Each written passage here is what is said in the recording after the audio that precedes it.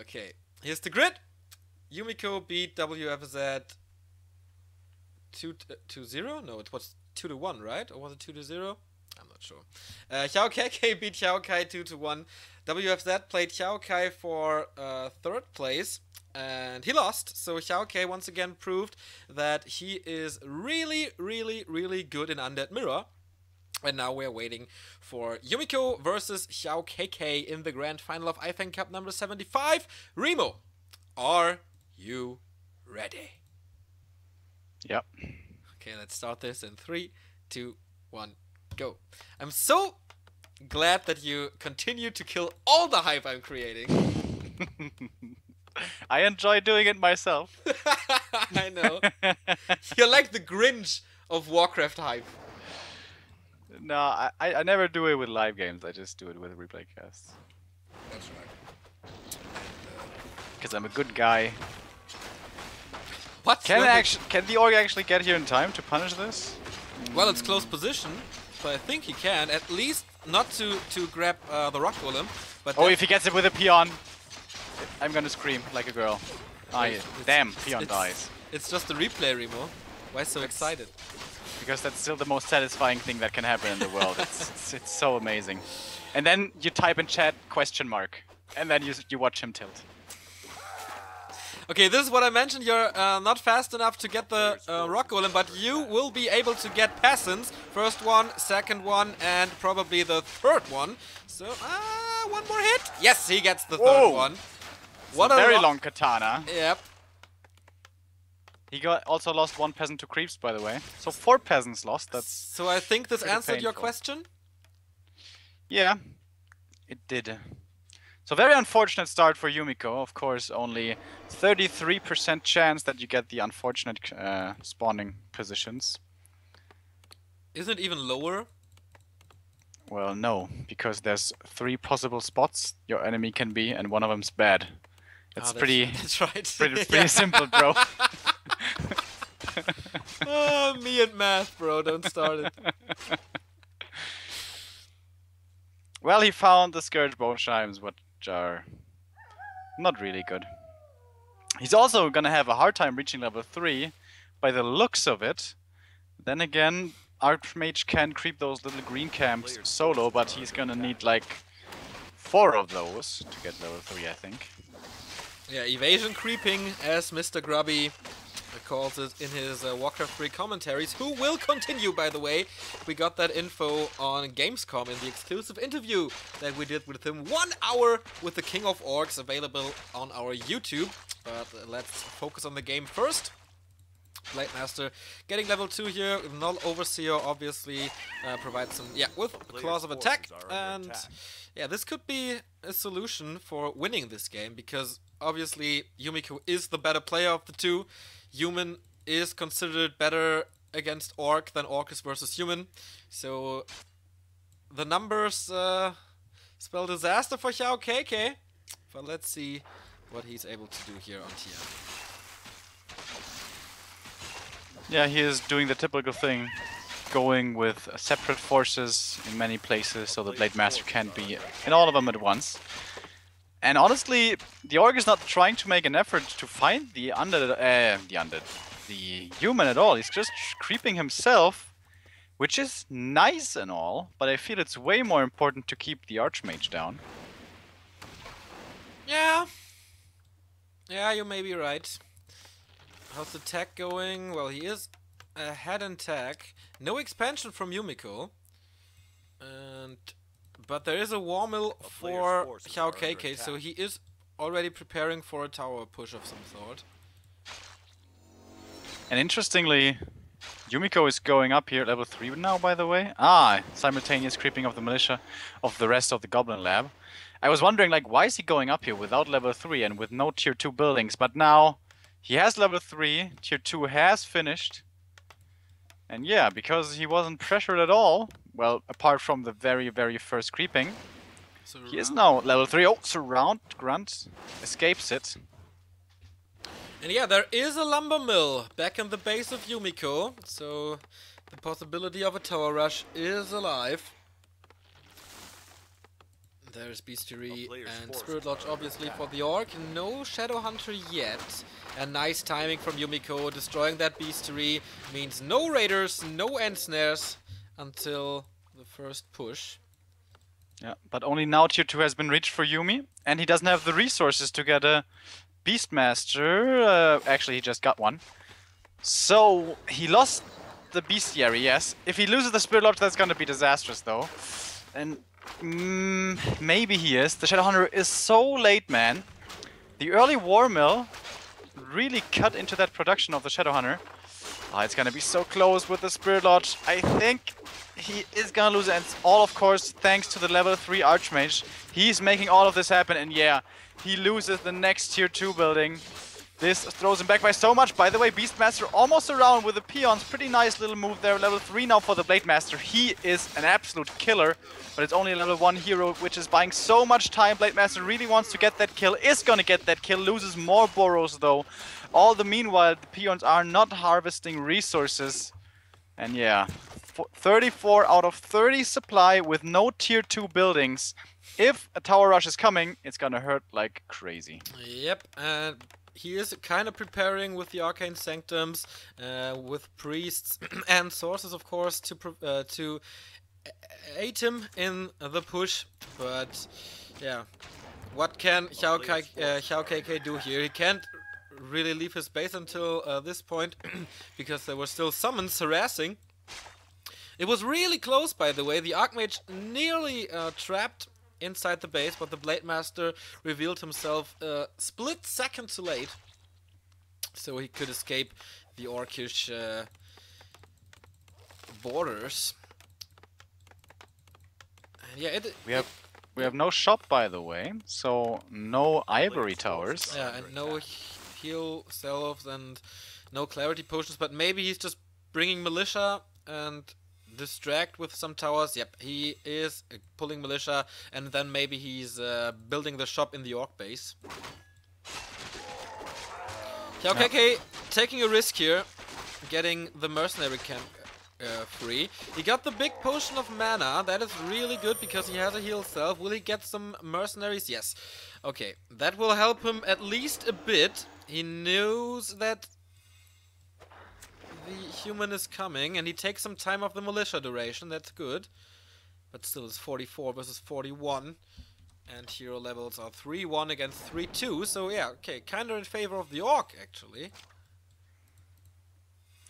But still, no raiders, no walkers. We have a Kodo Beast actually, and here we go. Engagement coming in. First hex onto a sorceress. Doesn't really want to deal with have to deal with all that slow. And the first Sorc is gonna die quickly, and the second one as well, eaten with a Kodo. Well done. So the dangerous slow has been immediately taken out of the fight and out of the game for now. But the grunts only 2, now only 1 alive. But the Blade Master, man, he is such a terror at the moment, and there's no slow to deal with him. So maybe just that first hero is kind of enough, but more sorceresses are trickling in. Yeah, and the summons, of course, still available here. No more mana for the Blade Master, but close to level 4. He's getting the Beastmaster once again. There is level 4. Level 2 critical strike once again. Speed scroll saves some units here. Repositioning of the Shadow Hunter. Is he going for wards? No, he's not. Heal wave and hex. First tower, yeah, gets cancelled right away. Second tower gets cancelled as well. He needs to micro away the Kodo Beast because she's so slow, but heal wave saves it. What's the Blade Master going now? Is he going beast mode once again? He's trying to focus the Archmage, but gets away. And yeah, well defended by XiaoKK. Really great moves, especially in the early stages of this fight. It's not over yet though. He's gonna lose the Kodo Beast. Sorceress is gonna pop out with 12 hit points. 1 chakram from the Shadow Hunter kills it.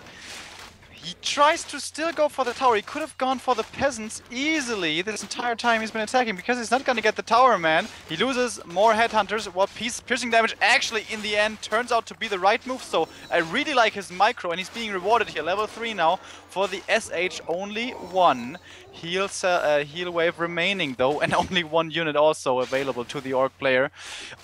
Where are all the peons, by the way? They're in the fight. There's not enough peons in the gold mine, man. There's only 1 single peon in the gold mine. Wow. Big macro mistake from the Orc, pulling all of his peons to the fight, but then having none of them left to get him any gold. And this is a big issue right now because Let's compare the gold mines casters real coming quick. back. 7,000 against 6,300. 700 gold advantage, and the towers are building up. More and more units from the human coming in, and the Blade Master. Yeah, that was the final heal wave for now. Okay, there will be one soonish, but that will be the last one for quite a while. But I think those two towers aren't the biggest of deals. They're just going to be able to attack the altar, not the main. Yeah, but still, they can attack the units. Yeah, but just don't fight in the towers. He should really goddamn use the peons to mine gold. Finally! Very, very, very late though. Oh, Blade Master Hex maybe coming in. No mana for Hex. Yes, there is actually. Is he gonna get him? Yes, he is with the critical strike. That is not bad at all. 171 and another backstab almost gets rid of the next priest. But the summons, man, they provide so much damage. They soak up so much damage from the orc actually, and they are just for free. Disappear after a while, but still great addition to the human army here. One burrow down, the most offensive one is out, so the biggest defense structure for the orc is out. And now more damage coming to the rest of the base of the orc. There's just the two heroes remaining for XiaoKK. This big macro mistake so far cost him the game after a great fight at the early stages of this tower rush. He has a Demolisher though.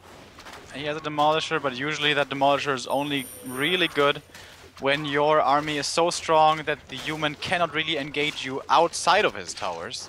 But he has a lot of casters. Blade Master, by the way. Blade Master, Windwalk, Dust of Appearance. Is it gonna be enough? Oh my god, so close. 16 HP.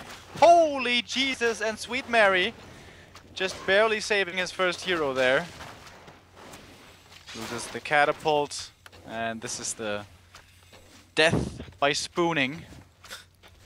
Slowly chipping away is the human. Gonna lose another sorceress, but there's a lot more where that one came from. And yeah, at this point, the heroes are very strong for the orc, but only them probably not gonna be enough. Now Blade Master again, being focused, he's gonna have to buy a heal, a mana potion on the SH to keep him alive. Mana potion used, my god, again, so close. But in the meantime, the casters and the summons rack the orc burrows. Only one static defense left, and not for long. I don't think that XiaoKK can hold this much longer. He spent so much on potions. Was this the last one? We're not sure because we can't access the shop here. But there is more heal wave for XiaoKK. Maybe the Hail Mary. Maybe he's getting the first hero now. Oh, the end snare miss. Yeah, he dodged it, or he missed it on the Archmage, threw it on the Beastmaster.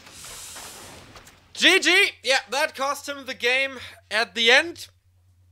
But who thought that after such an early level 3 Archmage, XiaoKK would be able to fight with the human for so long? Yeah, the micro in the first wave of attack of the human, the orc played so well, XiaoKK microed so beautifully, but when you just let the Archmage get to level 3 so quickly, so freely, and lose so much of the tier 2 stuff, Fly, for example, he's gonna get level 2, and then he's gonna apply pressure all the time. He's not even gonna get Boots of Speed, by the way, Fly is, because he wants to save all of that money to get Burrows and tier 2 buildings and Shadowhunter as quickly as possible. But of course, Boots of Speed are still an essential part for many orcs, but you can consider leaving them out for a stronger defense once the early push hits. Yeah, you can see that for the European orc worker as well, I think. I'm not sure if he skips the boots, but if you want to know how to protect your base from an early tier 2 push from humans or night elves, go watch his games. He's tremendous in that fashion. So, second map of this final, maybe the last one if Yumiko wins it because he has the 1-0 lead. Remo, I ask you again, and maybe for the final time, today, are you ready? Super ready. We start in 3, 2, 1, go. Okay, tremendous evening so far with the IFeng Cup. Oops, it still says semi-final, but it is of course the grand final here for Yumiko versus XiaoKK. Let's pause at 1:45, please, because the scoreboard once again did You not. always tell me you're ready, and then it turns out you lied to me. No, I didn't lie. Dirty little liar. I didn't lie. The issue is that I updated the scoreboard program, but XSplit didn't refresh. So, in short, you weren't ready. So, in short, you're a liar. In short, XSplit wasn't ready. And yeah, the colors are wrong, so yeah, I wasn't ready. But now I am. And we can resume in 3, 2, 1, go. What were you about to say? Nothing. We have opposite positions here on Turtle Rock. Yumiko 1 map away from 100 bucks. Or I think 150, a bit more than 100.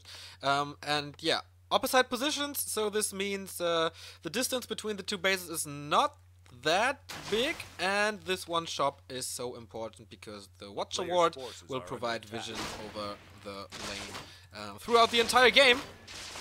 But first of all, both players start to creep here. Yumiko taking the the bigger one, slightly bigger one, with the Ogre Warrior getting the Ring of Protection. Not that bad against the Blade Master early on. And Blade Master here sold the item immediately. So I don't really know what that was. It was a Cloak of Shadows. Okay. He was faking that he was going to the turtles. There was a footman scouting, so now he expects the human to be creeping here in the middle, and he's absolutely right on the money. He's gonna get a circlet here, most likely. He's actually getting boxed in by the creeps. Oh wow, he's actually gonna go for the creep with the footman right next to it, but with him seeing the footman, he abandons said creep camp. Yeah, and very, very early aggression from Yumi. The infamous Yumiko focus creep. So let's see how he defends this again. He was good at game number 1, defending the early pushes of the human. Let's see how he does now. 2 grunts against 3 footmen. Early attacks by both of the players. Yumiko once again with a very early lumber mill, pointing towards the tower rush once again, but he does a good job pressuring the Archmage here. Very nice block, by the way. He had 1 grunt blocking, and the second grunt not right-clicked on the Archmage, but rather the second grunt was being microed simultaneously, anticipating the Archmage to change course and then be blocking there. So XiaoKK has some goddamn crazy micro up his sleeves, man. I'm really surprised. This is actually very impressive. I think he has to stabilize a bit. We saw the macro mistakes, and maybe he's a little shaky in his game, but he has he definitely has potential. Oh, and he's trapped now. But of course he is able to escape there with another wind walk, but that means level 2 for the Archmage due to simultaneous creeping of, I don't know, where are the... Okay, there they are, the footmen. Ring of Protection number 2 for the Archmage if he's able to pick them up, and the Orc really, experience-wise, far behind. Yeah, and again, he's not... Well, actually, this time he is. This time he is trying to find the Archmage. He's gonna find it with a grunt, but just a little bit late. Staffs towards the grunt. Yeah, but it's not that big of a deal because the Archmage has boots now. He bought it at... Oh, militia surround of a grunt right outside his base. Yeah, that's a big loss. We see the corpse and we see more experience coming towards the Archmage. Yumiko is doing a great job leveling this AM. Level 2 and 2/3 already, 2.6. And the Blade Master, you see it here, still level 1, without boots. But he has 2 good items, the circlet and the slippers. But the circlet was bought, I think. Yes. Yes, it was. So again, he's investing so much into this Blade Master, and this is gonna delay his tier 2 stuff, yeah, once or again result in fewer grunts. Plus he built us the Warmill once again, and he's calling GG! Wow. What? I guess he is also someone to easily tilt. Yeah, like the Orcish Chechi? I don't know. But yeah, he invested so much in the items. He got Step of Teleportation, plus the Circlet. Then he built a War Mill. Then his tier 2 buildings again, and I think Yumiko was ready for a tower rush, and he saw that in the base of Yumi, so he just concedes. And yeah, Yumiko has taken the 2-0 win, taking IFeng Cup number 74 and 75, 2 consecutive wins in a row. That is really rare. Okay, Terra before won it 3 times in a row. That's crazy. From IFeng Cup 70 to 72. And yeah, the IFeng Cup is now a constant part of our programming. Every Wednesday, I think, it's time for that cup. Suits me very well. I don't know if it suits your schedule, but I think we can look forward to some more Chinese action here at Back to Warcraft in the future. Yeah, I'm looking forward to it myself.